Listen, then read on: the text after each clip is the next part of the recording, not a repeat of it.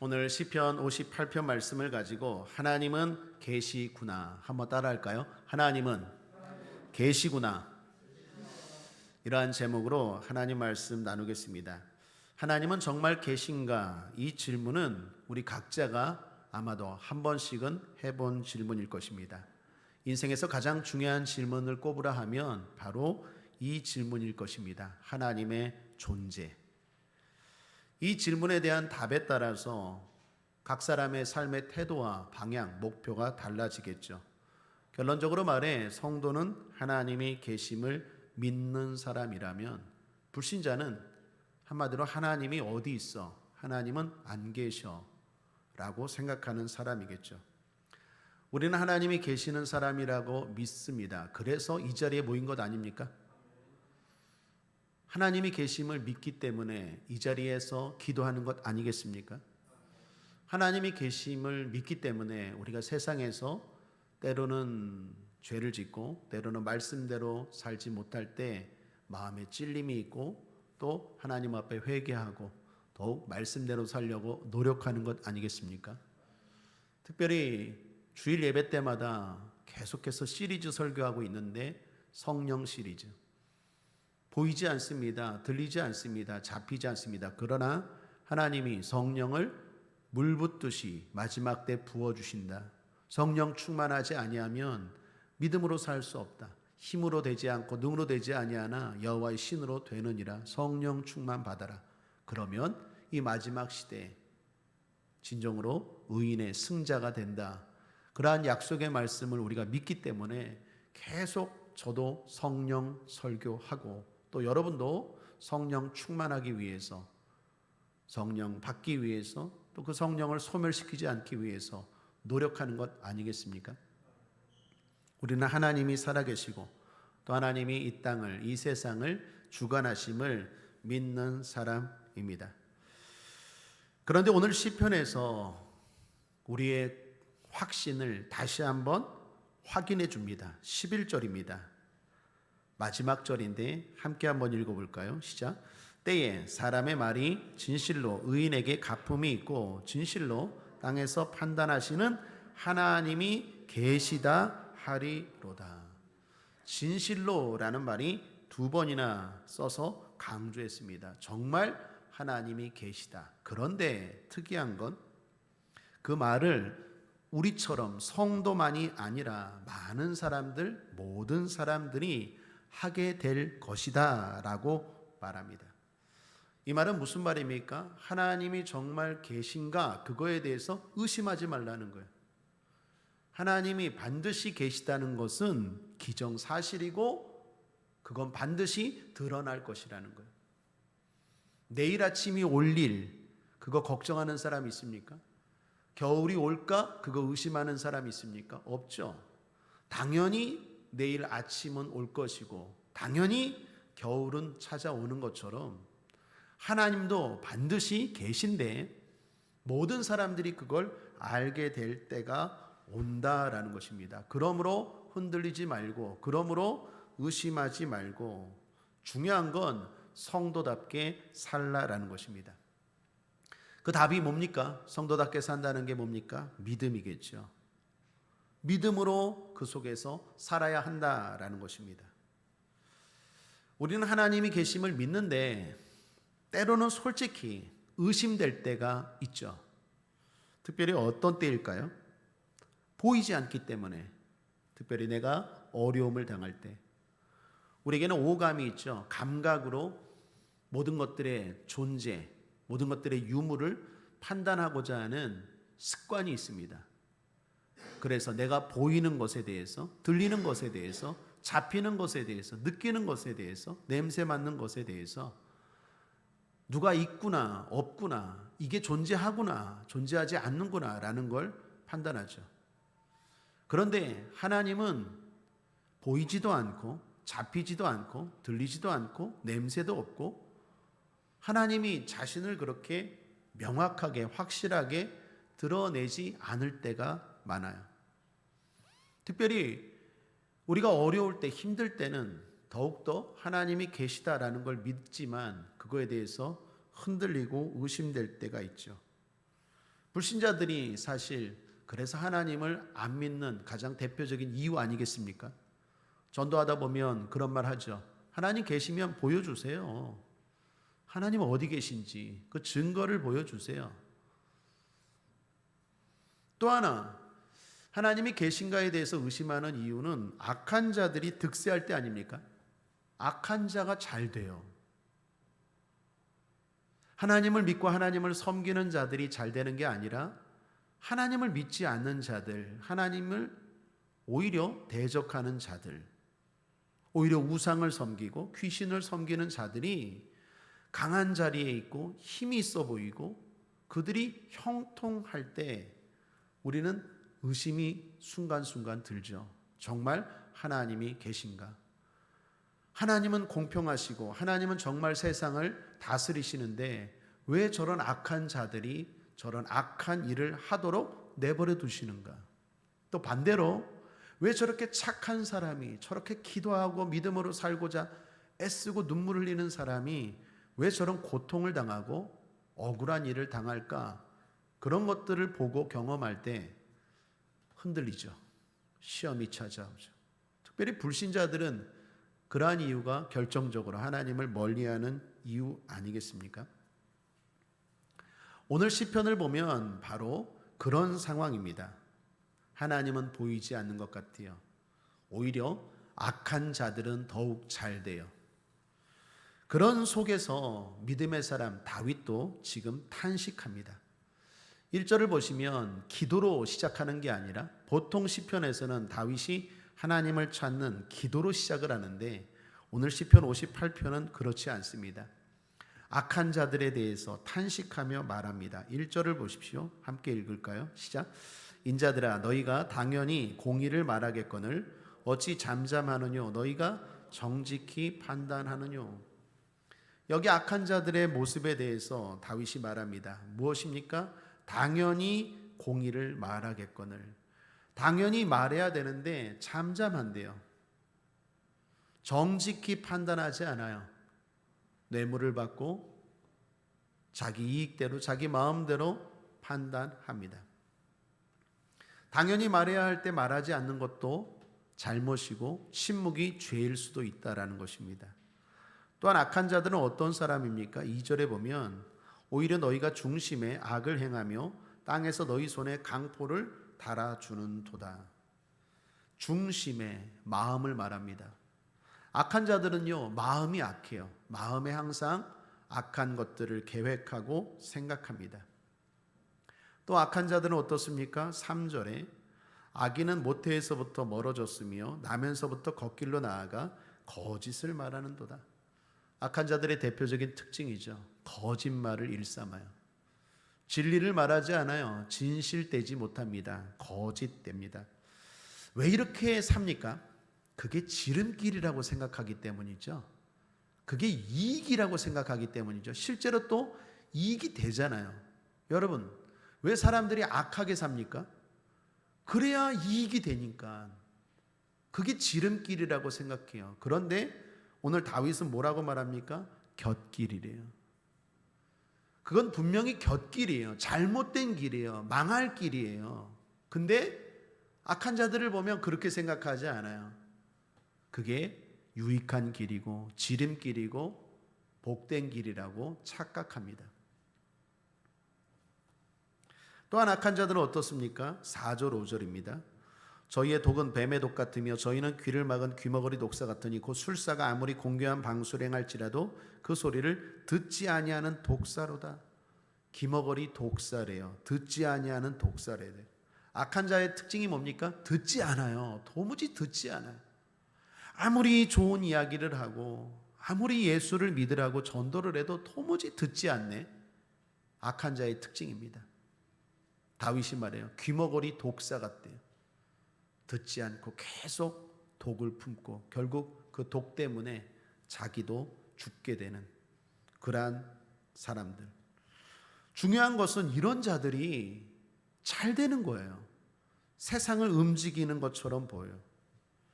그걸 보면서 사람들은 어떻게 해요? 생각하죠. 정말 하나님 계신가? 또 믿음의 사람들은 탄식해요. 하나님 왜 그러십니까? 하나님 살아계신 거 알겠는데 왜 침묵하십니까? 또는 왜 숨어 계십니까? 여러분, 하나님은 정말 계신가? 이 부분에 대해서는 앞서 말씀드린 것처럼 걱정하지 마십시오. 이건 우리가 걱정할 일이 아닙니다. 하나님은 때가 되면 반드시 드러내십니다. 11절에 첫 단어가 뭡니까? 때에라고 말합니다. 하나님의 때가 있어요. 하나님은 반드시 자신을 드러내실 거예요. 확실하게 드러내십니다. 주님 마지막에 오실 때는요, 조용히 오지 않습니다. 초림처럼 나사렛이라는 어느 시골에서, 구석에서, 마구간에서 그렇게 오지 않아요. 나팔 소리와 함께 요란하게 모든 사람들이 다 알도록 천군 천사 대동하고 다시 올 거예요.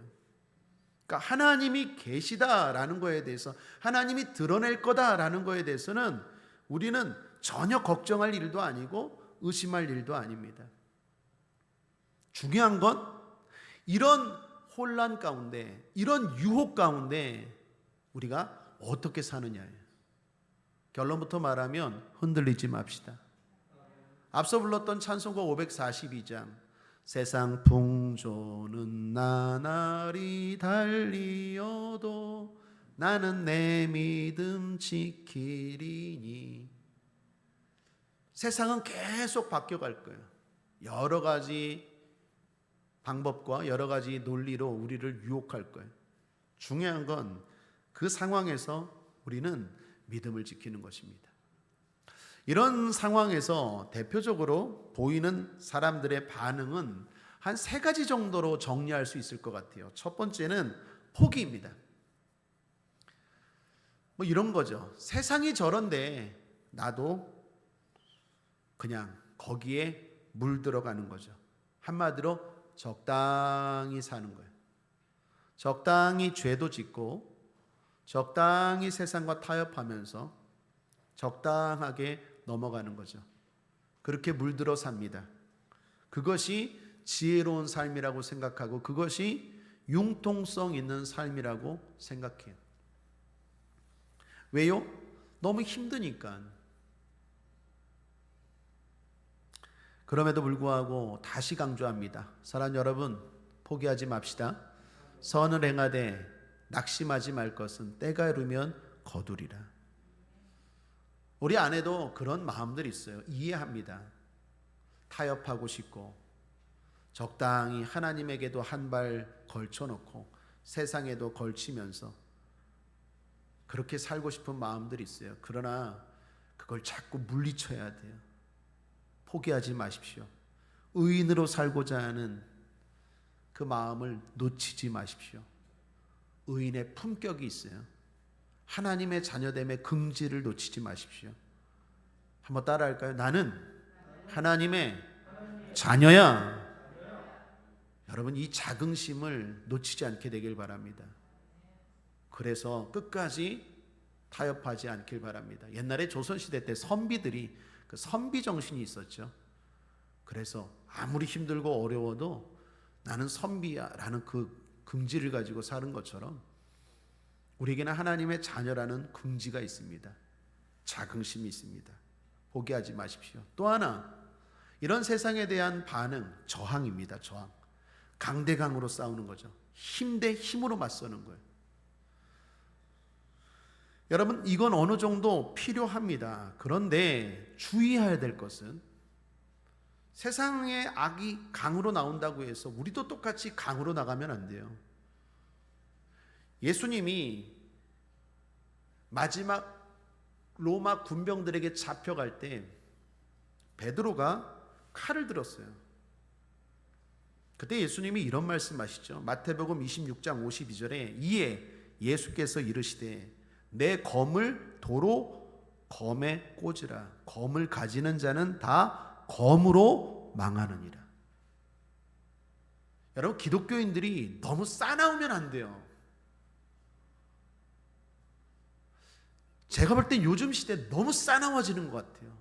막 광장에 나가서 막 무슨 투쟁하는 것처럼 막 나이 든 사람들은 나이 든 그런 집회에 나가서 젊은 사람들은 또 젊은 집회에 나가서 또 그걸 막 목사들이 선동을 하고 그게 마치 나라를 위하는 것처럼 여러분 그런 사람들 이 말씀 꼭 기억해야 돼요.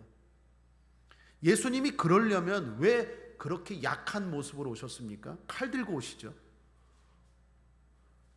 선으로 악을 이길 수 있어야 돼요. 그리고 선으로 악을 이길 수 있다는 믿음을 가져야 돼요. 우리는 선으로 싸워야 됩니다. 악한 자들이 권모술수를 쓴다고 우리도 권모술수를 쓰고, 악한 자들이 무력을 쓴다고 우리도 무력을 쓰는 건 하나님이 기뻐하는 방법이 아니고 그건 좋은 태도가 아니다는 것입니다. 우리의 무기가 악한 자들의 무기와 똑같이 말아야 한다라는 걸 잊지 마십시오. 마지막은 뭘까요? 하나님입니다. 가장 좋은 방법이고 우리가 취해야 될 방법입니다. 뭡니까? 기도입니다. 기도. 여러분, 기도의 능력을 믿으십시오. 기도하면 하나님이 일하신다는 걸 믿으십시오. 기도가 가장 중요하고 확실하고 우리가 취해야 될 모습임을 잊지 말기를 바랍니다. 힘이 있어도 권력이 있어도 할 수 있는 능력이 있어도 기도하십시오. 우리가 느헤미야서 나눌 때 느헤미야의 위대함 가운데 하나가 뭡니까? 느헤미야는 고급 관리였어요. 능력이 있는 힘이 있는 권력자였어요. 그런데도 불구하고 힘들고 어려울 때 기도하잖아요. 오늘 다윗도 마찬가지입니다. 왕 아닙니까? 그럼에도 불구하고 다윗은 기도합니다. 여러분이 어떤 자리에 있든지 기도가 가장 강력한 무기라는 것을 꼭 잊지 않게 되기를 주님의 이름으로 축복합니다. 다윗이 이런 상황에서 기도합니다. 6절부터가 기도의 내용이에요. 하나님이요, 이때부터 기도합니다. 성경은 우리가 왕 같은 제사장이라고 말합니다. 왕 노릇한다고 말해요. 여러분, 우리가 어떻게 언제 왕으로 살 수 있습니까? 기도할 때입니다. 기도함으로 말미암아 왕처럼 살 수 있어요. 나라의 대통령을 위해서, 정치 지도자들을 위해서 기도해 보십시오. 그 순간 우리가 나라의 정책에 관여하게 되는 거예요. 기도하는 순간 왕과 같은 모습으로 살아가는 것입니다. 요즘 북한이 자꾸 핵 도발을 하죠. 미사일을 쏴대요. 우리도 거기에 맞선다고 미사일 쏴대는데 막 엉뚱한 데 막 떨어지고 막 난리가 아니에요. 이 미사일이 정신을 못 차려요. 여러분, 그렇지 않겠습니까?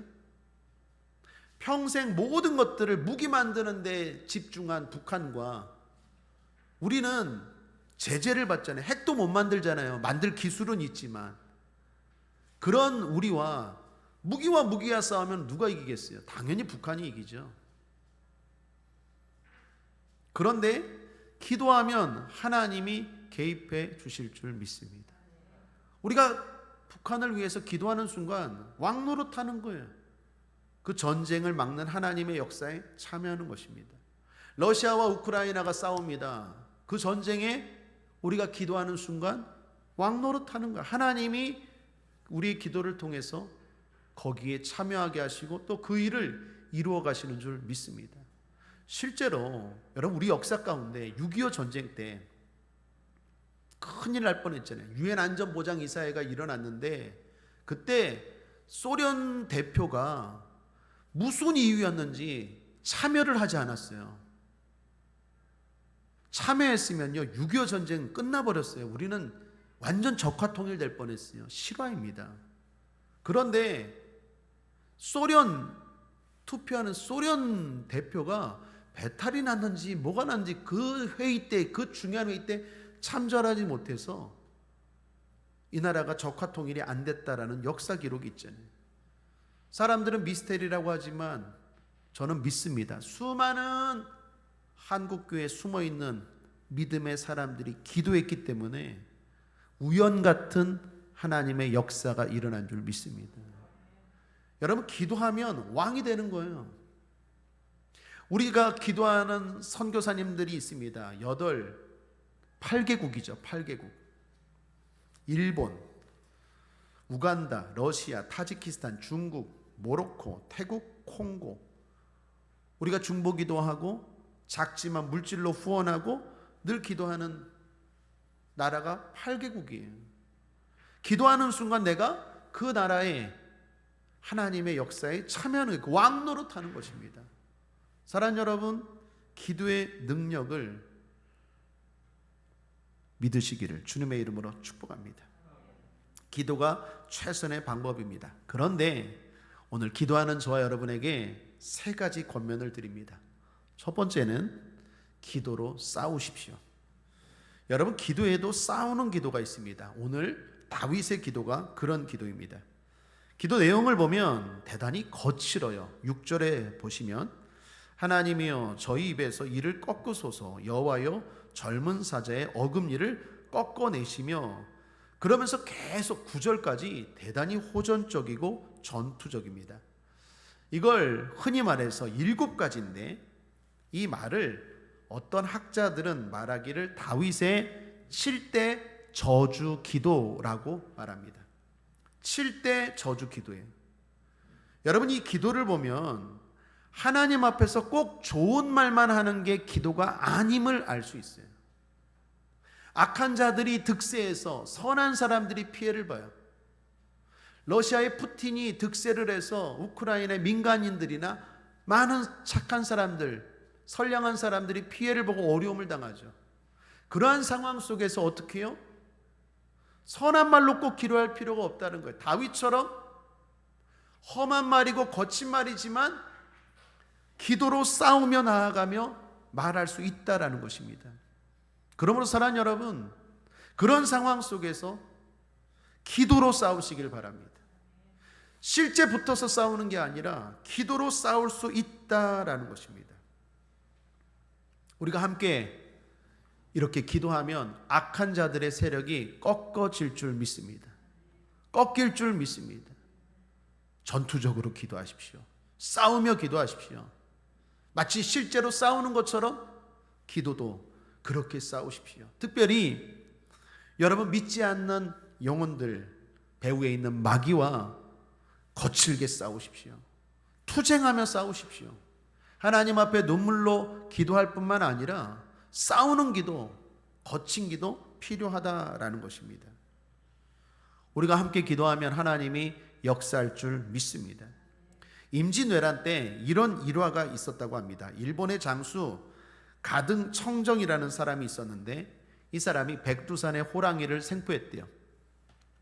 그래서 그 백두산의 호랑이를 일본에 있는 풍신수길 있죠. 풍신수길에게 이 백두산의 호랑이를 바쳐야겠다. 너무 멋지잖아요. 용맹스럽잖아요. 그런데 우리나라에서 일본까지, 그것도 그 당시에 교통편도 좋지 않은데 이 호랑이를 어떻게 보낼 수 있겠습니까? 가다가 굶어 죽으면 어떨게. 그래서 그 호랑이를 가둔 우리에다가 개를 3마리 넣었대요. 왜 넣었을까요? 가면서 먹으라고. 호랑이 넣은 우리에다가 개 3마리 넣어서 이 가등청정이라는 사람이 한국에서 일본에 백두산 호랑이를 보낸 거예요. 선물로. 그런데 일본에 도착해서 딱 봤더니 호랑이는 죽었고 개 3마리가 살은 거예요. 그 개가 어떤 개인지 압니까? 그 유명한 풍산개예요. 이 일본의 가등청정이 한국개의 용맹함을 몰랐던 거야. 그 호랑이가 죽은 거 개 3마리가 살아 있었던 거예요. 제가 이 일화를 보면서 우리도 마찬가지입니다. 성도의 용맹함을 세상이 몰라요. 기도의 능력을, 특별히 합심 기도의 능력을 세상이 몰라요. 악한 자들이 이길 것 같죠. 마귀가 이길 것 같죠. 그렇지 않습니다. 우리가 연합하여 함께 기도할 때 하나님이 우리에게 승리를 주실 줄 믿습니다. 그런 믿음을 가지고 기도로 싸우십시오. 싸우는 기도하십시오. 두 번째, 기도의 승리를 확신하는 것입니다. 다윗은 기도하다가 갑자기 어조가 바뀌어요. 항상 이걸 주목하셔야 돼요. 10절을 보십시오. 함께 읽겠습니다. 시작. 의인은 악인의 보복당함을 보고 기뻐하며 그 발을 악인의 피에 씻으리로다. 막 기도로 싸우다가, 막 탄식했다가, 기도로 싸우다가 갑자기 어조가 바뀌었어요. 의인은 기뻐할 거래요. 악인은 결국 망할 거래요. 그리고 오늘 결론, 오늘 설교 제목이기도 하죠. 11절에 하나님이 계시다 하리로다. 기도로 싸우다가 갑자기 이런 확신을 갖게 된 거예요. 여러분, 기도하는 분들은 알 거예요. 기도하시는 분들은 이거 경험하셨을 거예요. 기도하다 보면 어느 순간에 내 마음이 바뀌는 터닝 포인트 지점이 있어요. 아멘이십니까? 이거 경험하십니까? 이거 있어야 되는데 있으십니까? 이게 중요한 거예요. 처음에는 두려움, 항상 그래요. 두려움, 걱정, 불안, 염려, 억울함, 답답함, 이런 복잡한 것, 이런 부정적인 마음들을 가지고 교회에 오죠. 기도의 자리에 와요. 그런데 찬송하고 기도하다 보면 어느 순간에 내 마음이 딱 바뀌는 순간이 있어요. 아멘이십니까? 이게 있어야 돼요. 또 하나, 이때가 우리가 기도할 때예요. 여기까지 기도해야 돼요. 여기까지가 기도할 지점이고 기한입니다. 이 바뀌는 터닝 포인트가 있어요. 지금까지 시편을 계속 보면 항상 이 공통점이 있어요. 다윗이 처음에는 눈물로 억울하고 답답하고 막 괴롭고 힘들고 두렵고 그렇게 기도하는데 어느 순간에 갑자기 얘가 달라져요. 사람이 달라진다니까요. 왜 이러지? 오늘 9절과 10절 이 사이를 주목하셔야 돼요. 9절에서 갑자기 10절로 변화되는 지점이 있어요. 바로 하나님이 역사하시는 순간인 줄 믿습니다.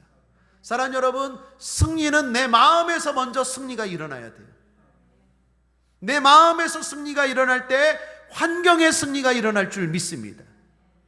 여기까지 기도하셔야 돼요. 많은 분들이 기도 부탁을 합니다. 그분들을 놓고 기도할 때 제가 얼마나 기도할까요?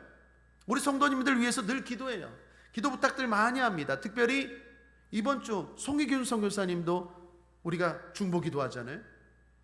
기도 부탁하시더라고요. 그런데 놀라운 건 기도하는데 마음에 평안함이 와요. 아직 이번 주까지 해야 되는데 뭔가 하나님이 역사하셨나? 오늘 아침이었어요. 송희균 선교사님 문자가 왔어요. 원래는 올 연말까지 있다가 내년쯤에 태국에 들어가려고 했는데 10월 30일 날 태국으로 들어가서 추수감사 예배 드리고 성탄절 예배도 드리고 해야 될 사역들이 있어서 일찍 들어가게 됐다고, 기도 부탁한다고. 갑자기 우연 같은 일이. 그래서 제가 그랬죠. 하나님이 이걸 아시고 미리 선교사님과 사역을 위해서 이번 주 우리 교회를 통해서 기도하게 하신 것 같다고. 사랑하는 여러분, 그 외에도 많은 분들이 아프다고 어렵다고 힘들다고 기도 부탁하면 제가 언제까지 기도할까요? 이 터닝 지점이 있어요. 그 사람을 놓고 막 기도하다 보면 마음이 바뀌는 순간이 있어요. 불안함이 떠나가요. 걱정이 몰려가요. 그러면 하나님이 받으신 거예요. 하나님이 역사하시는 거예요. 빌립보서 4장 말씀에 아무것도 염려하지 말고 오직 모든 일에 기도와 간구로 너희 구할 것을 하나님께 아뢰라. 그리하면 모든 지각에 뛰어나신 하나님의 평강이 너희 마음과 생각을 지키시리라. 하나님의 응답은 우리 마음에 먼저 와야 돼요. 내 마음이 여전히 불안해요. 내 마음이 여전히 걱정으로 가득 차요. 내 마음이 여전히 교회 와도 찬양을 불러도 기도해도 정신이 없어요. 그럼 계속해야 돼요. 더 싸워야 돼요. 그리고 평안이 올 때까지 승리하셔야 돼요. 그렇지 않으면 절대로 환경의 삶의 승리는 오지 않습니다. 마음의 승리가 먼저예요. 마음의 두려움이 떠나가야 돼요. 야곱을 보십시오. 야곱이 에서를 만나러 돌아옵니다. 형한테 지은 죄가 있으니까 얼마나 두렵습니까? 그래서 자기는 맨 뒤에 쓰고 처자들과 아이들을 먼저 보내죠. 에서가 400명의 하인들을 이끌고 온다는 소리를 들어요. 그때 야곱이 홀로 남아 뭐합니까? 야복강가에서 하나님과 씨름하여 기도하죠. 기도하고 나서 야곱의 마음에 평안함이 왔어요. 이스라엘로 바뀌었어요. 그리고 나서 야곱이 어떻게 합니까? 마음의 평안함을 가지고 앞장서요. 항상 뒤에 뒤처졌어요. 두려우니까. 머리 쓰는 야곱. 그런 야곱이 마음에 승리가 임하고 평안이 임하니까 앞장서고, 그리고 담대하게 나아가니까 에서가 어떻게 해요? 달라지잖아요.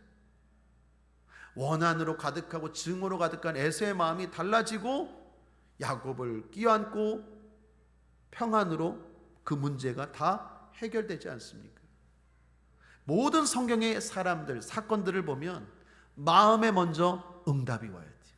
마음에 하나님의 역사하심이 일어나야 한다라는 것입니다. 오늘 저와 여러분, 기도하는 저와 여러분의 마음에 이 확신과 이 승리가 오기를 주님의 이름으로 축복합니다. 마지막 세 번째는 하나님의 섭리임을 믿고 기도하십시오. 여러분, 기도를 하다 보면 우리가 만나는 현실들, 우리가 하는 기도 제목들을 보게 되는데 이게 우연이 아니다라는 생각을 갖는 게 중요하다라는 것입니다. 최근에 제가 본 책 가운데 무대 뒤에 계신 하나님이라는 책이 있습니다. 웨인 바크 후이젠이라는 남아프리카 공화국에서 교회를 섬기시는 목사님이 쓰신 책입니다. 이 책은 에스더서와 관련된 책이에요. 여러분, 에스더서의 특징이 뭡니까? 하나님이라는 단어가 한 번도 안 나와요. 에스더서를 읽어보면 하나님이라는 말이 한 번도 안 나와요. 그런데 하나님이 일하고 계심을 보여주는 책이 에스더서예요. 이 웨인 바크 후이젠이라는 목사님이 이 에스더서를 통해서 말하는 거예요. 하나님이 없는 것 같아요. 그렇잖아요. 이 세상을 보십시오. 하나님이 없는 것 같아요.